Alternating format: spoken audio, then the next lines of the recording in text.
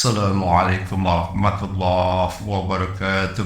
Waalaikumsalam warahmatullahi wabarakatuh. Innal hamdalillah nahmaduhu wa nasta'inuhu wa nastaghfiruh min sururi anfusina wa min sayyiati a'malina.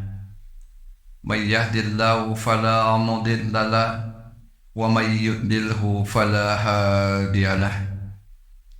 أشهد أن لا إله إلا الله وحده لا شريك له وأشهد أن سيدنا محمدا عبده ورسوله لا نبي بعده.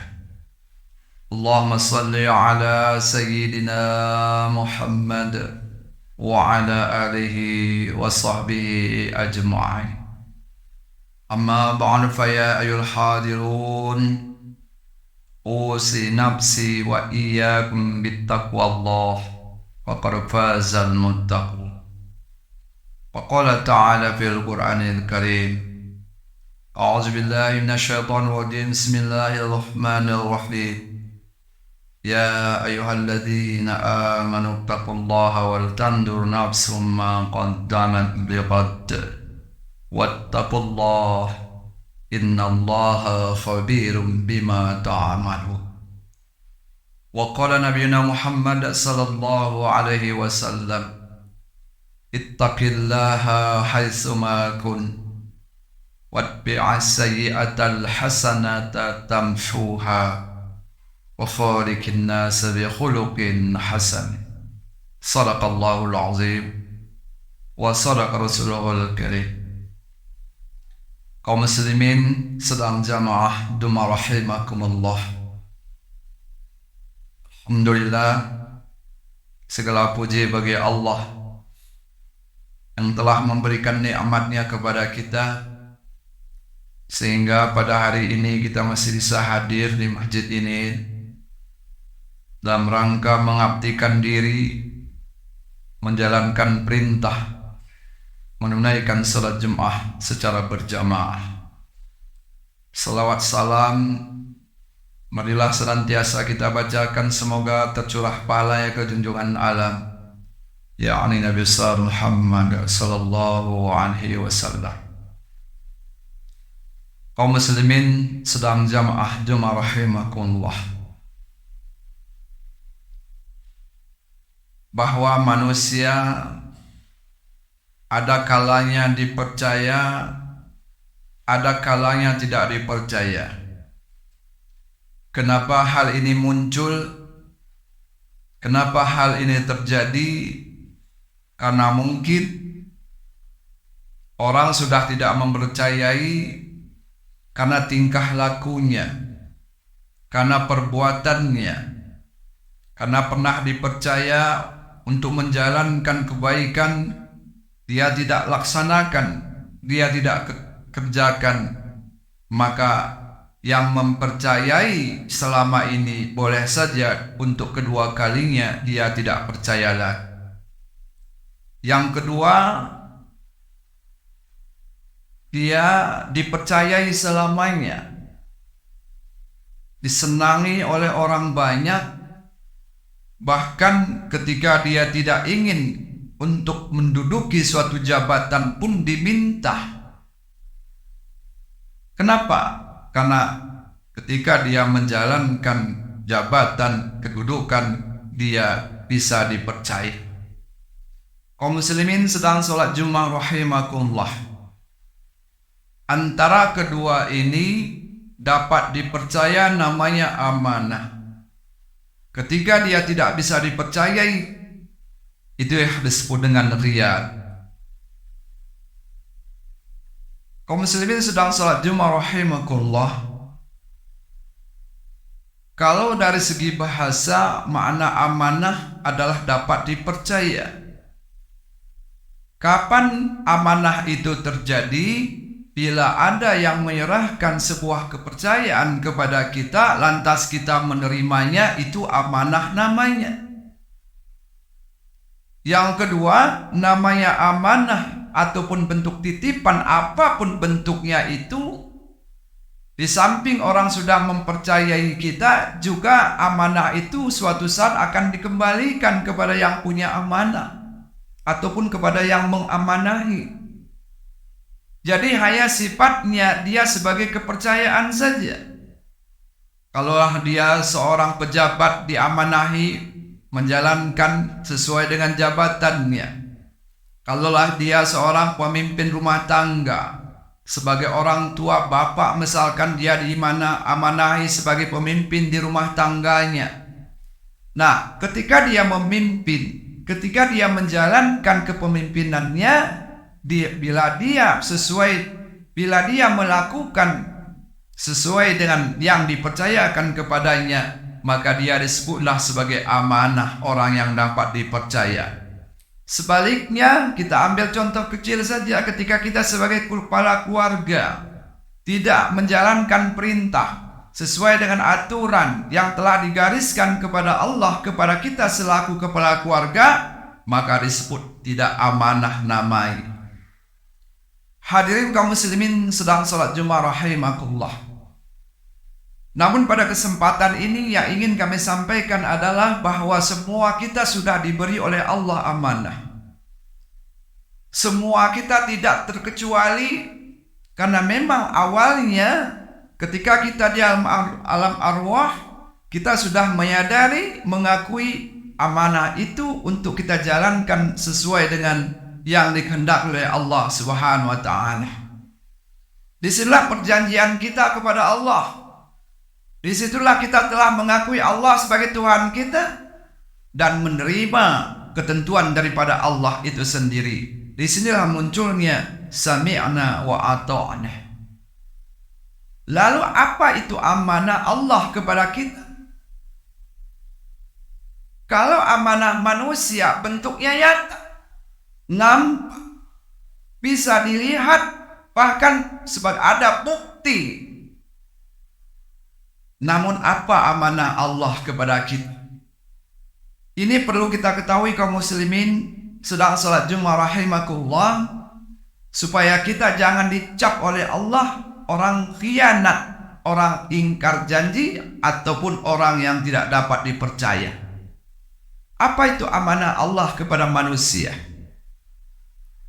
Ketahuilah kaum muslimin sedang salat Jumat rahimakumullah, amanah Allah kepada kita yang disebut dengan titipan bahasa kita adalah yaitu ruh itu sendiri. Ruh yang ada pada kita dan dengannya kita hidup, dengannya kita melihat, dan dengannya kita berbagai-bagai. Itu adalah amanah Allah. Ketika ruh itu sudah menyenap ataupun sudah meliputi seluruh tubuh kita, sehingga dia berfungsi, bisa bergerak.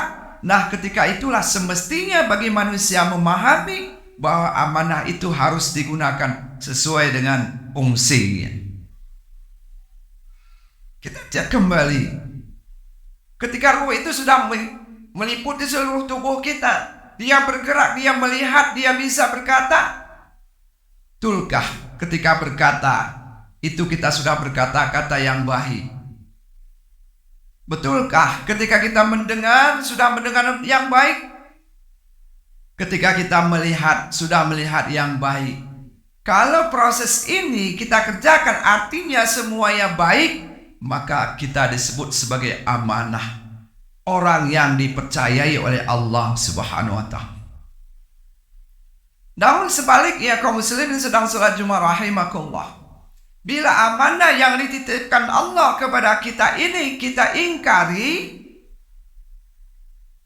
kita perlakukan, kita arahkan kepada sesuatu yang tidak sesuai dengan ketentuan, disinilah murka Allah. Disinilah kita akan mendapat bencana, bala yang tidak bisa kita duga-duga. Kita kadang-kadang merasa bahwa apa yang ada pada diri kita sekarang ini seolah-olah tidak masalah, seolah-olah sudah menjadi milik kita full, seolah-olah tidak ada lagi pertanggungjawaban, seolah-olah kita merasa memiliki. Padahal itu amanah. Coba kita bayangkan, ketika ada yang mempercayai kepada kita untuk dipinjamkan pisau misalkan, lalu pisau itu pas waktunya diminta kembalikan kepada pemiliknya, lantas pisau itu rusak. Apa yang terjadi? Pasti kekecewaan yang ada. Ketika amanah Allah diberikan kepada kita, dia suci, dia bersih, tidak bernoda. Maka diisyaratkan oleh Rasulullah, kullu mauludin yuladu alal fitrah. Manusia dilahirkan semua dalam keadaan suci. Manusia semua dilahirkan ketika itu dalam keadaan tidak berdosa, murni. Semestinya ketika kita kembali kepada Allah harus seperti kita lahir, bersih lahir. Kembali kepada Allah pun harus bersih. Lalu bagaimana cara menjalankan amanah Allah yang telah dititipkan kepada kita? Yang pertama, kaum muslimin sedang sholat Jumat rahimakumullah, kenali dulu amanah itu. Kenali sebaik-baiknya amanah itu. Yang kedua, siapa yang mengamanahkan? Baru kita bisa menjalankan amanah itu sesuai dengan yang dikehendaki oleh yang mengamanah. Yang jelas, yang mengamanahkan amanah itu adalah Allah itu sendiri. Oleh karena dia yang mengamanahkan kepada kita sebagai Rabb kita, sebagai Tuhan kita, disinilah kita sami'na wa ata'na. Kita mau tak mau harus patuh dan taat kepadanya. Yang kedua, bentuk amanah tadi adalah kesimpulan kesemuanya itu adalah hidup kita ini. Hidup kita inilah amanah Allah Subhanahu wa ta'ala. Dia menyuruh kepada kebaikan. Bila kita lakukan itu, maka disitulah kita amanah namanya. Bila kita tidak melaksanakannya, disitulah kita namanya khianat. Jadi untuk mengeceknya, apakah kita ini sudah amanah terhadap Allah, tileklah diri kita sendiri. Dari tadi pagi bangun saja sampai pertengahan hari sekarang ini, apakah kita sudah amanah? Ketika lisan ini berbicara, sudahkah dia berbicara ketika itu berbicara yang baik, berbicara sesuai dengan ketentuan, sesuai dengan aturan, atau sebaliknya? Ketika kita mendengar, ketika kita melangkah, ketika kita melihat, inilah perlunya hari ini sidang salat Jumat rahimakumullah, kita perlu mengevaluasi diri, introspeksi diri, memandang diri sebelum memandang di luar diri. Kenapa? Karena kalau kita selalu memandang luar diri kita, meneropongi di luar diri kita, maka disinilah kadang-kadang kita terlena kesalahan itu yang ada pada orang lain. Kesalahan itu nyata pada orang lain, padahal orang lain belum tentu baik daripada orang yang menyalahkan. Inilah isyarat kata Sayyidina Umar, hasibu anfusakum qabla an tuhasabu. Cek, cross cek dirimu, perhatikan dirimu, hisab dirimu sebelum nanti dihisab yang sebenarnya. Kaum muslimin sedang sholat Jumat rahimakallah, kita boleh saja berbicara ini itu, tapi yang kita berbicara itu, yang kita sampaikan, yang kita katakan itu meresap enggak dalam jiwa kita? Atau hanya sekedarnya saja penyampaian sudah sampai, sudah? Tidak seperti itu. Maka kalau kita contoh Rasulullah SAW, beliau tidak memerintahkan seseorang sebelum beliau sendiri yang mengerjakannya. Ibda binafsi. Beliau memulai dari diri beliau sendiri. Ini sebenarnya kita praktekkan kaum muslimin sedang sholat Jumat rahimakumullah ketika kita sebagai pemimpin di rumah. Kita menyuruh anak kita berbuat baik. Kita suruh anak kita sholat. Kita suruh anak kita ngaji.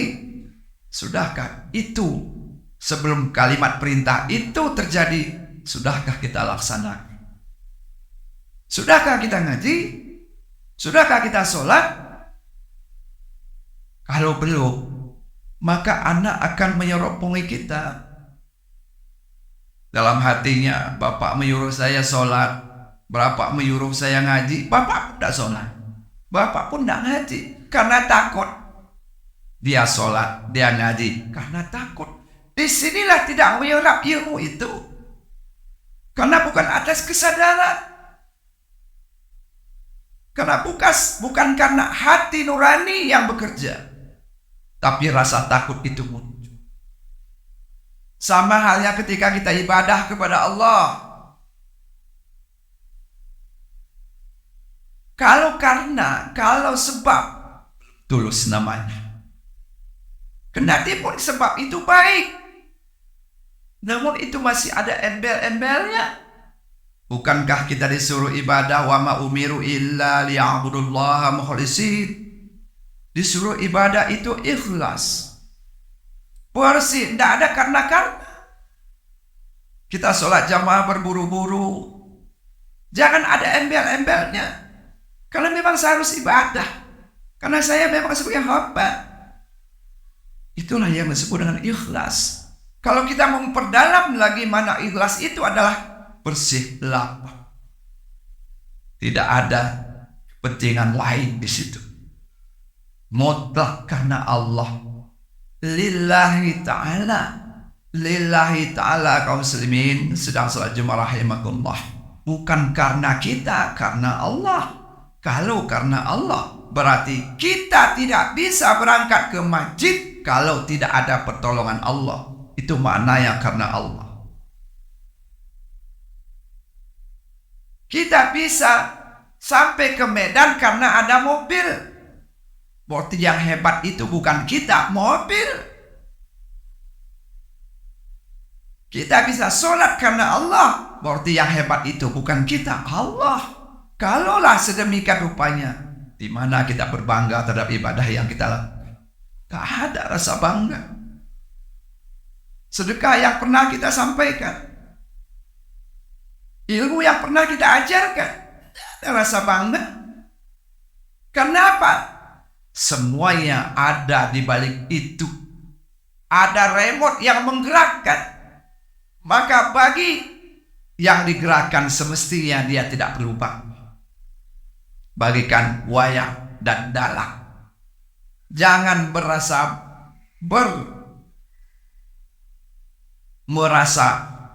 berilmu tinggi, merasa hebat selaku wayang, karena dia ada di balik dalang. Jangan kita merasa hebat, merasa bangga, bahkan merasa senang ketika kita mau ibadah. Kita mau sholat, kita mau zakat, kita mau haji dan puasa lain sebagainya.